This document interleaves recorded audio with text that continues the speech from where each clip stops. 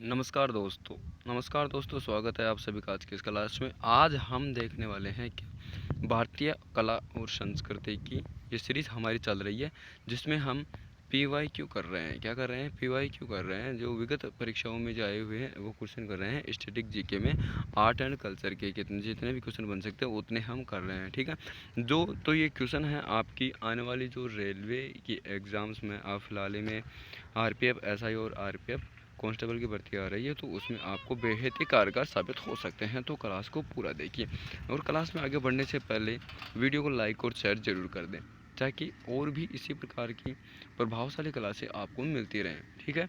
तो बढ़ते हैं आज की इस क्लास में, और आज की क्लास का पहला क्वेश्चन बहुत ही शानदार सा क्वेश्चन पढ़कर जवाब दीजिए। पुर्तगालियों ने किस वास्तुकला में, देखिए दोस्तों, वास्तुकला हो गई, चित्रकला हो गई, जितनी भी आपकी शैलियाँ हैं उन शैलियों से हमेशा कोई ना कोई क्वेश्चन तो होता ही है, ठीक है। तो आपको इनको अच्छे से पढ़ना है। जितने भी आपको क्वेश्चन मिलते हैं उन क्वेश्चनों को आपको अच्छे से पढ़ना है, ठीक है। पुर्तगालियों ने किस वास्तुकला में गोवा में प्रभावशाली चर्चों की स्थापना की है, आपको बताना है। तो कौन सी वास्तुकला है? इबेरियन वास्तुकला। अब थोड़ा जान लेते हैं कि इबेरियन वास्तुकला है क्या, क्या क्या उन्हें गाँव में कि क्या क्या किया है, ठीक है। तो देखिए, गोवा में पुर्तगालियों ने इबेरियन वास्तुकला की शैली में प्रभावशाली चर्चों की स्थापना की है, ठीक। और अंग्रेज़ों ने हालांकि कम महत्वाकांक्षी तरीके से, अंग्रेज़ों ने की थी लेकिन कम महत्वाकांक्षी तरीकों से अंग्रेजी गांव के चर्चों में समान चर्चों का निर्माण किया है, ठीक है। बढ़ते हैं अगले क्वेश्चन की तरफ, और सेकंड क्वेश्चन है आज की क्लास का, केरल का शास्त्रीय नृत्य कौन सा है? बहुत ही मोस्ट इम्पोर्टेंट क्वेश्चन, हर बार एग्जाम्स में रिपीट होता रहता है। कौन सा केरल का शास्त्रीय नृत्य है? मोहिनी अट्टम। कौन सा है? मोहिनी अट्टम, ठीक है। जान लेते हैं मोहिनी अट्टम के बारे में। क्या है मोहिनी अट्टम? देखना, तो मोहिनी अट्टम केरल की महिलाओं द्वारा किया जाने वाला एक अर्धशास्त्रीय नृत्य है, जो कथकली से भी पुराना माना जाता है। यानी कथकली से भी पुराना शास्त्रीय नृत्य कौन सा है? अर्थशास्त्रीय नृत्य है मोहिनी अट्टम, जो कि केरल का है, ठीक है। वस्तुतः नृत्य का केंद्र माने जाने वाला जादुई मोहिनी अट्टम मुख्य रूप से केरल के मंदिरों में किया जाता था। इसे भरतनाट्यम, कुचिपुड़ी और ओडिसी जैसी देवदासी नृत्य विरासत का उत्तराधिकारी भी माना जाता है, ठीक है। बहुत इम्पोर्टेंट थ्योरी है। इस थ्योरी को भी आपको याद रखना है। इस थ्योरी में से भी हमेशा एक ना एक क्वेश्चन पुटअप होता रहता है, ठीक है। यानी जो भी क्वेश्चन आप देख रहे हो उसके साथ आपको फैक्ट भी मिल रहा है, तो आप उस फैक्ट को अच्छे से ध्यान दें, याद रखिए, ठीक है।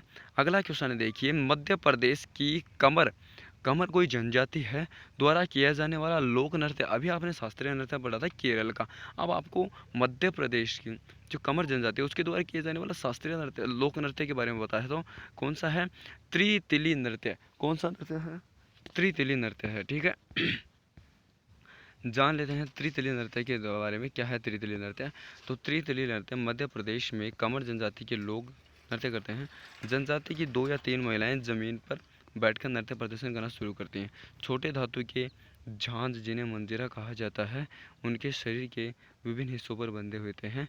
ये त्रितल्य नहीं है, इसे बोलते हैं 13 ताली। कौन सा नृत्य बोलते हैं? 13 ताली नृत्य बोलते हैं, ठीक है। करेक्शन कर लीजिएगा। अब देखिए क्वेश्चन नंबर 4, उत्तर प्रदेश में किए जाने वाला सबसे प्रसिद्ध लोक नृत्य कौन सा है? कौन सा है? छोलिया। कौन सा है? छोलिया जो है उत्तर प्रदेश में किए जाने वाला सबसे प्रसिद्ध लोक नृत्य है। ये आज की सीरीज लोक नृत्यों पर विशेष सीरीज लाई गई है, तो इन लोक नृत्यों को आपको अच्छे से याद रखना है, ठीक है। और बार बार इनको रिवाइज करते रहना है, वीडियो को बार बार देखते रहना है, ताकि आपके दिमाग में इनकी इमेज छप जाए, ठीक है। अब जान लेते हैं थोड़ा, उत्तराखंड में किया जाने वाला सबसे प्रसिद्ध लोक नृत्य छोलिया है। ऐसा माना जाता है कि उत्तराखंड के छोलिया लोक नृत्य का इतिहास कई दशक पुराना है, यानी बहुत पुराना है। यह नृत्य उत्तराखंड के उस समय से प्रचलित था जब शादियाँ तलवार की नोक पर होती थी, यानी तलवार दिखाकर शादी कर रहे थे, मतलब ज़बरदस्ती शादियाँ होती थी, ठीक। छोलिया नृत्य विवाह के अवसर पर किया जाता था। तब बारात निकलती थी, तो बारात में शामिल कुछ पुरुष पारंपरिक वेशभूषा पहनकर यह नृत्य करते थे, और इसी तरह दुल्हन के घर जाते थे। यानी ये नृत्य करते हुए कहाँ जाते थे? दुल्हन के नृत्य दुल्हन के घर जाते थे, यानी कि बाराती बनकर जाते थे, बंदूरी में ये नृत्य करते थे। ठीक है, अगला सवाल देखिए, क्वेश्चन नंबर 5। भारत के किस क्षेत्र में प्रसिद्ध रथ यात्रा उत्सव मनाया जाता है? तो पुरी में जो जगन्नाथ मंदिर है, वो जगन्नाथ जी की बहुत बड़ी विशाल रथ यात्रा निकाली जाती है। ठीक है, कहाँ? तो इसका राइट आंसर हो जाएगा पुरी। अब देखना, रथ यात्रा या रथ उत्सव ओडिशा का सबसे बड़ा त्यौहार है। पुरी या जगन्नाथपुरी इस संबंध में बहुत प्रसिद्ध है। यह त्यौहार भगवान जगन्नाथ, बालभद्र और सुभद्रा को समर्पित है। अगर क्वेश्चन आ जाए कि जो पुरी के अंदर, ठीक, उड़ीसा में जो रथ उत्सव मनाया जाता है, रथ यात्रा मनाई जाती है, वो किससे संबंधित है, किससे समर्पित है? तो जगन्नाथ, बालभद्र और सुभद्रा को समर्पित है। ठीक, रथ यात्रा में 3 देवताओं को रथ में बिठाकर जगन्नाथ मंदिर से गुंडीचा मंदिर ले जाया जाता है, जहां वे 9 दिनों तक रहते हैं। इसके बाद देवता फिर से रथों पर सवार होकर बहुड़ा यात्रा में श्री मंदिर वापस आते हैं। यह दुनिया के विभिन्न हिस्सों में से लाखों भक्तों को आकर्षित करता है। यानी विश्व में सबसे ज़्यादा भीड़ देखी जाए अगर किसी ये पथ यात्रा में निकलती है, रथ यात्रा में बनती है, तो वो जगन्नाथ के पूरी रथ यात्रा में मिलती है। ठीक है, अगला क्वेश्चन देखिए, मुश्ती युद्ध का संबंध किस शहर से है? मुश्ती वाराणसी से संबंधित है। किससे संबंधित है? वाराणसी से। देखना, मुष्टि युद्ध जिसे मुक्की या मुक्केबाजी के नाम से जाना जाता है, युद्ध का एक प्राचीन भारतीय रूप है। ऐसा कहा जाता है कि इसका विकास 3वीं शताब्दी ईस्वी में बनारस वाराणसी में हुआ था।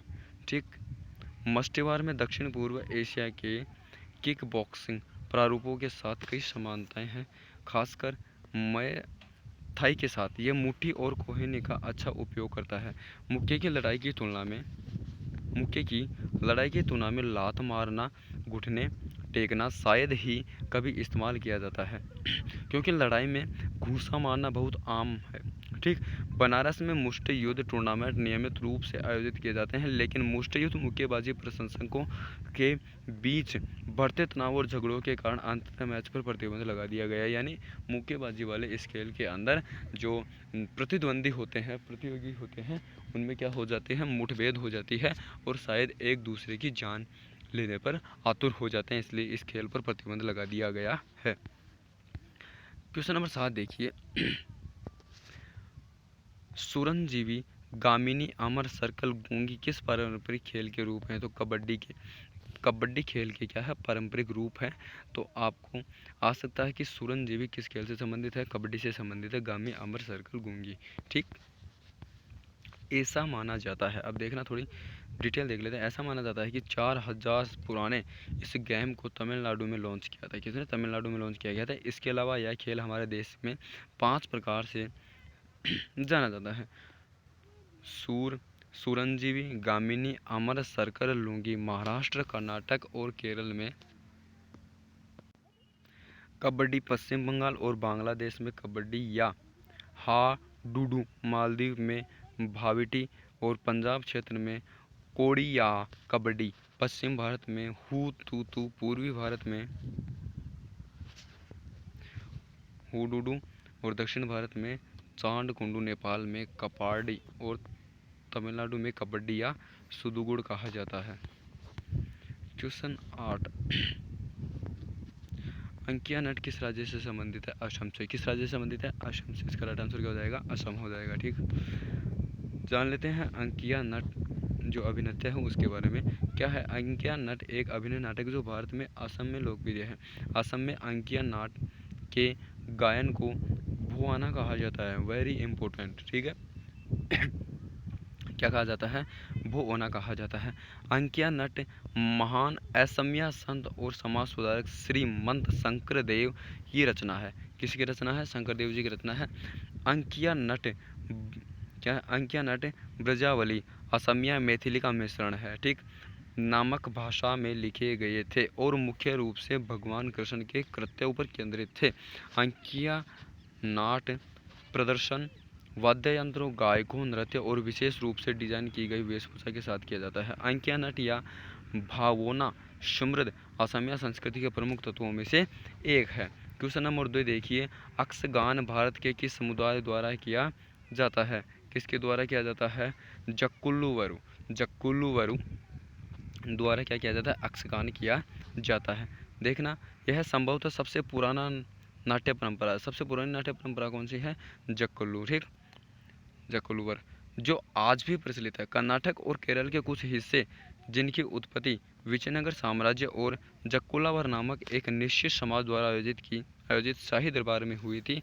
वास्तव में यह अधिकतर एक ही कलाकार द्वारा रचित विस्तृत नृत्य वाटिका है। इसके बाद के स्वरूपों में अधिक विविधताएं अपनाई गई और यह एक विशिष्ट नृत्य नाटक बन गया। यह काफ़ी हद तक वैष्णव भक्ति आंदोलन से प्रभावित था। कौन से? वैष्णव भक्ति आंदोलन से प्रभावित था। आज की क्लास का अंतिम क्वेश्चन देखिए, क्या है? पुर्तगाली कला के पतन के लिए कौन सा कारक उत्तरदायी नहीं है? आपको बताना कौन सा कारक उत्तरदायी नहीं है। तो समर्पित दर्शकों की कमी, ये तो उत्तरदायी है। वित्तीय, ये भी है, ये भी है, ये भी है। तो इसका आपका राइट आंसर क्या हो जाएगा? राजशाही का पतन। कठपुतली कला के पतन के लिए उत्तरदायी नहीं है, ठीक। देखना, कठपुतली में चित्रकला, मूर्तिकला, संगीत, नृत्य और नाट्य की एकत्रित वस्तु शामिल है, जो कलात्मक अभिव्यक्ति का एक अनूठा संदर्भ बनाती है। हालांकि समर्पित दर्शकों की कमी, वित्तीय असुरक्षा और आधुनिक समय में इस कला रूप में भागीदारी की कमी के कारण धीरे धीरे गिरावट आ गई है, ठीक है। ये थी आज की क्लास आपकी। आशा करता हूँ आज की क्लास आपको पसंद आई होगी। क्लास अच्छी लगी हो तो इसे लाइक और शेयर ज़रूर करें। धन्यवाद।